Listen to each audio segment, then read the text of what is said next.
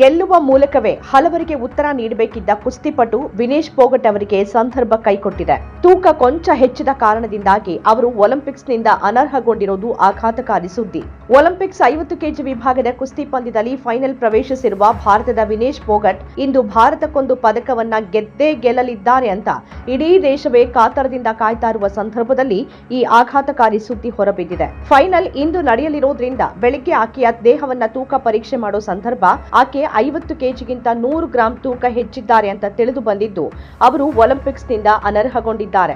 Olympics ನಿಯಮದ ಪ್ರಕಾರ ಫೋಗಟ್ ಬೆಳ್ಳಿ ಪದಕಕ್ಕೂ ಅರ್ಹರಾಗುವುದಿಲ್ಲ ಹಾಗೂ 50 ಕೆಜಿ ವಿಭಾಗದಲ್ಲಿ ಕೇವಲ ಚಿನ್ನ ಮತ್ತು ಕಂಚಿನ ಪದಕ ವಿಜೇತರಾಗಲಿದ್ದಾರೆ. ಮಂಗಳವಾರ ಆಕೆಯ ದೇಹ ತೂಕ ಪರೀಕ್ಷೆ ಮಾಡಿದಾಗ 50 ಕೆಜಿ ಇತ್ತೆನ್ನಲಾಗಿದ್ದು ಆದರೆ ಇಂದು ಆಕೆ 100 ಗ್ರಾಂ ಹೆಚ್ಚು ತೂಕ ಹೊಂದಿದ್ದಾರೆ ಎನ್ನಲಾಗಿದೆ. ಮಂಗಳವಾರ ರಾತ್ರಿ ಆಕೆಯ ತೂಕ 2 ಕೆಜಿ ಹೆಚ್ಚಿದ್ದ ಕಾರಣ ಆಕೆ ಇಡೀ ರಾತ್ರಿ ನಿದ್ರಿಸದೆ ಜಾಗಿಂಗ್, ಸ್ಕಿಪ್ಪಿಂಗ್, ಸೈಕ್ಲಿಂಗ್ ಮಾಡಿ ತಮ್ಮಿಂದಾದಷ್ಟು ಪ್ರಯತ್ನ ಮಾಡಿದ್ರೂ ಅದು ಸಾಕಾಗಿಲ್ಲ.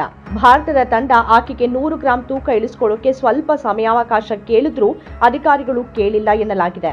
50 ಕೆಜಿ ವಿಭಾಗದಲ್ಲಿ ಈ ರೀತಿ ತೂಕ ಕಾಯ್ದುಕೊಳ್ಳುವ ಸಮಸ್ಯೆ ಎದುರಿಸಿದ್ದು ವಿನೇಶ್ ಫೋಗಟ್ ಇದೇ ಮೊದಲ ಬಾರಿಯಲ್ಲ.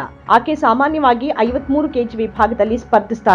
ಒಲಿಂಪಿಕ್ಸ್ ಅರ್ಹತಾ ಸುತ್ತಿನಲ್ಲೂ ಆಕೆ ಸ್ವಲ್ಪದರಲ್ಲೇ ಅರ್ಹರಾಗೋಕೆ ಸಾಧ್ಯವಾಗಿತ್ತು.